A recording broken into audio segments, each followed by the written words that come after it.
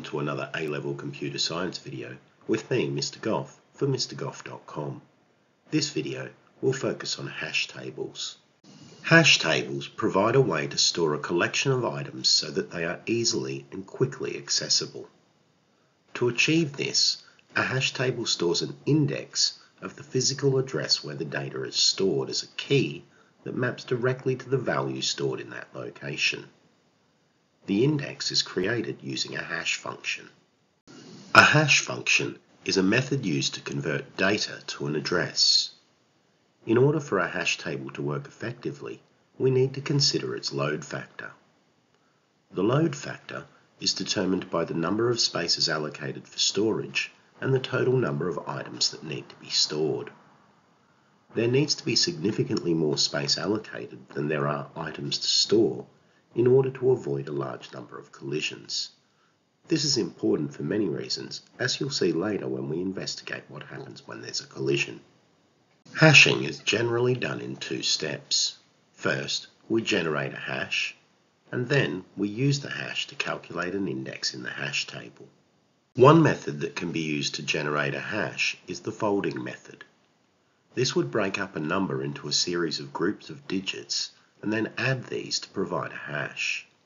Let's consider an ISBN for a book, which is made up of 12 digits followed by a check digit, which we will ignore. We're going to split it into groups of 2 digits.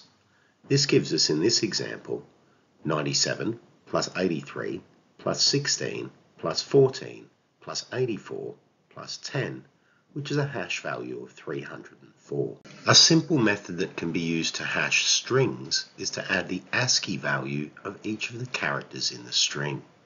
For instance, if we were to hash the string with the word string in it, this would be 83 plus 116 plus 114 plus 105 plus 110 plus 103, giving us a string of 631. One way to calculate an index is to divide the hash value by the number of available spaces in the hash table and return the remainder. That is, use a modulus calculation. If we were trying to insert our ISBN from earlier into a hash table with 100 spaces, then it would be 304 mod 100, which is 4. If two items result in the same index, then we have a collision. An item that shares an index with another is a synonym of that other item.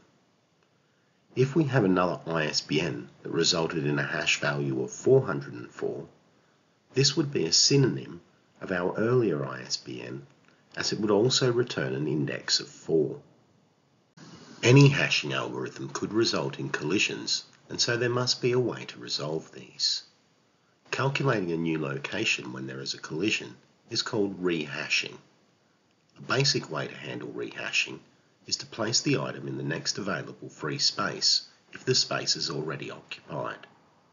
Alternatively, we might set an increment or even a variable increment to go on a certain number of places from where it was going to be stored. To search for an item in a hash table, you hash the key you are searching for and calculate an index. Check what is stored in that location. If the location is empty, then the item is not in the hash table. If it contains something else, then move along following the rehashing algorithm until the item is found or an empty space is found. Searching for items that had to be rehashed due to a collision takes longer. This is why the load factor we spoke about earlier is so important in making sure that we minimize the number of collisions that we get. Python dictionaries are implemented as hash tables. This is an example of functional abstraction, as you don't have to know or understand hash tables to use them, just the methods available to Python dictionaries. That brings us to the end of this video on hash tables. Join me again soon when I'll be having a look at graphs. Use the resources at MrGoff.com to help you revise computer science, and until next time, it's bye for now.